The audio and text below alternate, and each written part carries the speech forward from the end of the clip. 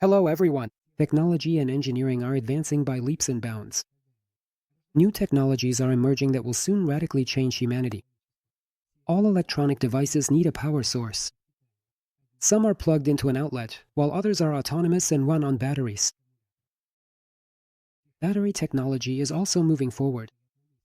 Every year, energy density increases, and batteries with massive discharge currents are being developed. Last year, for example, Ampex introduced to the world the highest current batteries in the 18650 form factor, the Ampex JP30, and in the 21700 form factor, the Ampex JP40. If before this, the longtime record holder among 18650 batteries was the Molisol P30B with an internal resistance of about 7 milliohms, the JP30, with the same dimensions, has a resistance of less than 3 milliohms, which is an incredible achievement. Even though new battery technologies are being invented, we are still living in the age of lithium. All batteries with this chemistry have one thing in common: they all require BMS boards. And it's about these that my story today will focus on. Before we begin, let me remind you that the Big 11/11 sale is starting soon. You'll find my modest top picks of interesting and useful products for radio enthusiasts in the description. BMS. Literally, it stands for Battery Management System. BMS boards come in different types for various batteries, but they all perform the same functions. Their main job is to prevent the battery from discharging below a dangerous level, that is, to provide protection against deep discharge, overcharge, short circuits, and overheating. One thing is crucial to know: lithium batteries must not be used without a BMS system. Lithium is sensitive to deep discharge. If you discharge it below the minimum value, the battery can fail beyond repair. For most standard lithium-ion batteries, this voltage is usually between 2.7 and 2.5 volts. But to extend the battery's lifespan, it's not recommended to discharge it below 3 volts per cell. Overcharge. Unlike deep discharge, overcharging can cause explosions and fires. The typical end-of-charge voltage for a lithium battery is often 4.2 volts. If you overcharge it, the battery will start to heat up, gas will form, and internal pressure will rise until the safety valve is triggered. If there isn't one, it will explode. The BMS system must be able to disconnect the battery if it detects that the voltage on any of the series-connected cells has risen above this value. Short circuit protection. Well, I think this one is pretty self-explanatory. A short circuit or overload can kill the battery, since the current isn't limited by anything. The current will be enormous in this mode, which will lead to very rapid overheating of the battery and fires. Thermal protection. This protection is relevant both during charging and discharging. Often, the BMS board monitors the temperature of the cells using thermal sensors. If the temperature reaches 60 to 70 degrees, the charging or discharging process stops. The BMS goes into thermal protection, makes sure the battery has cooled down, maintains a certain hysteresis, and then reactivates the output. BMS boards come in different shapes and sizes: big, small, cheap, expensive, for different currents and numbers of series cells. As a rule, they are built on specialized microchips.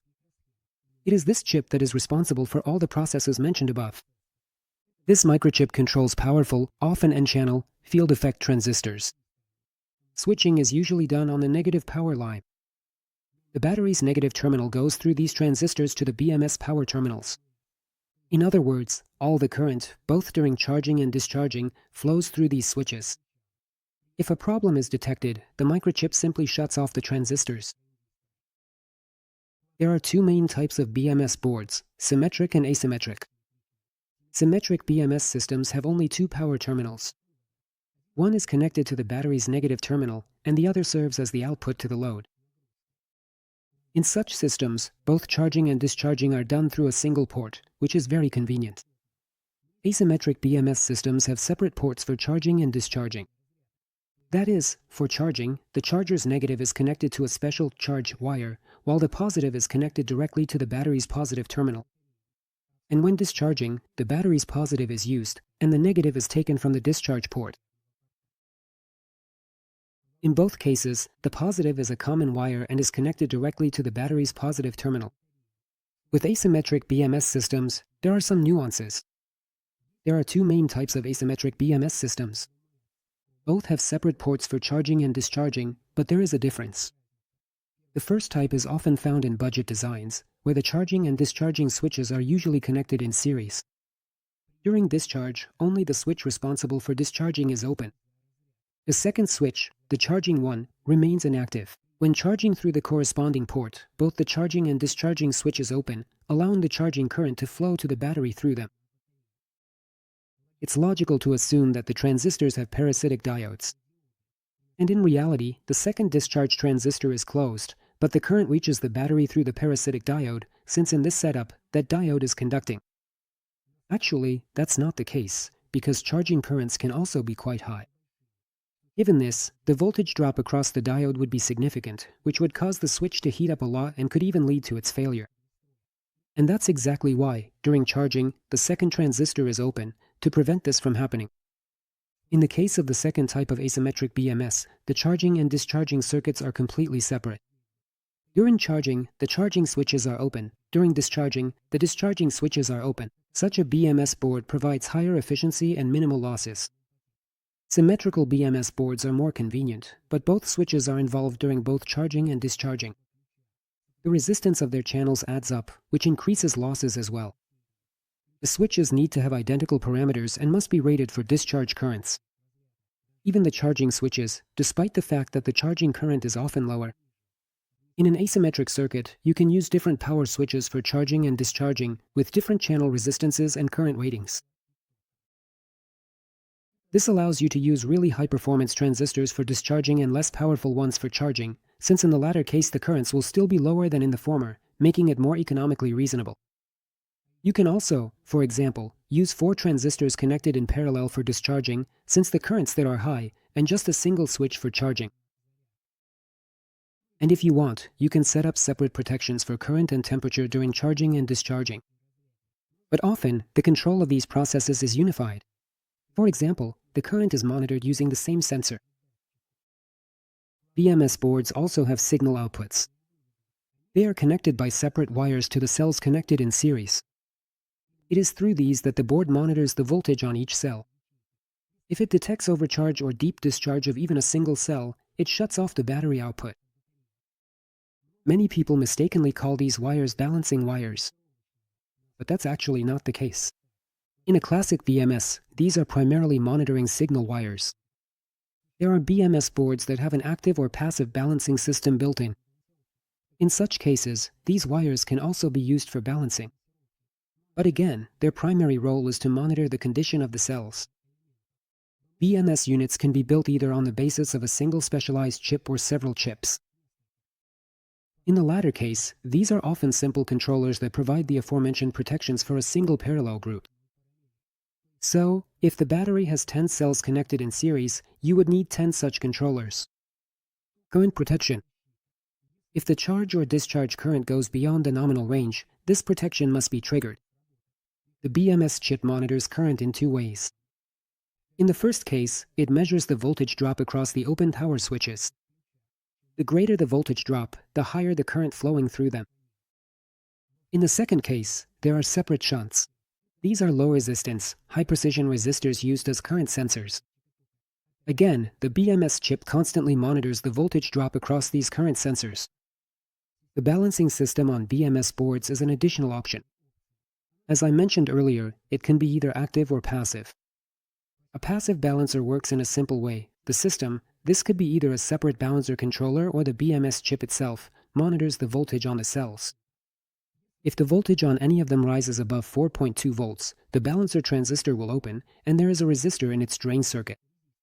All the excess on the cell will be dissipated through this resistor until the voltage drops to 4.18 or 4.19 volts. If it rises above 4.2 volts again, the process repeats. And this happens individually for each cell. A passive balancer only works at the end of the charging process. The idea is to equalize the voltage of the cells and, to some extent, provide additional protection against overcharging. Even though it's inefficient, it's a simple and cheap balancer.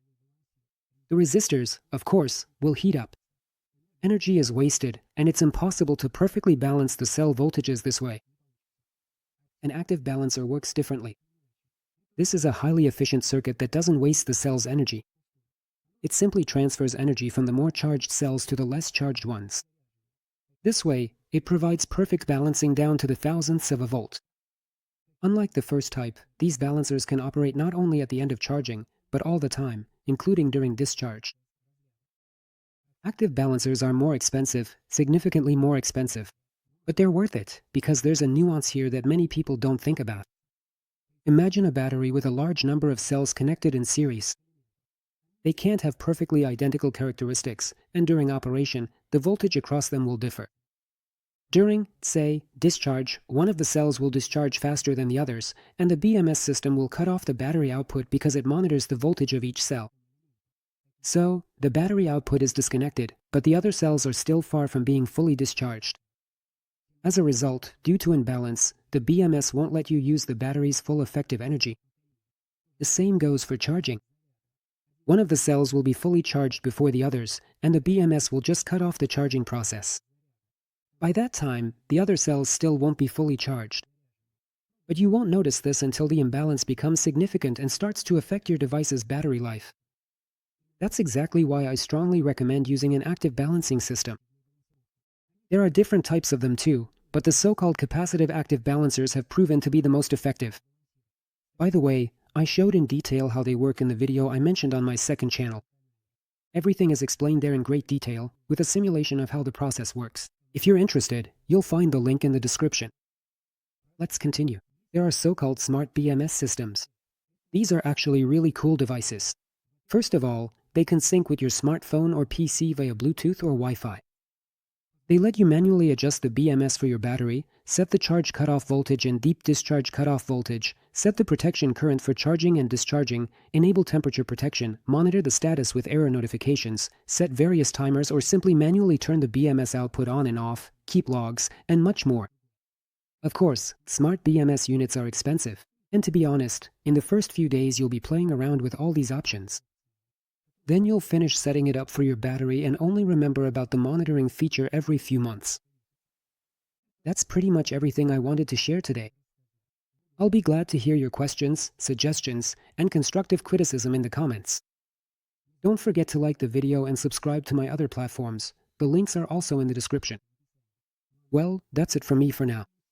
As always, for the past 14 years, this has been Kazyanov Ka with you. See you next time. Bye.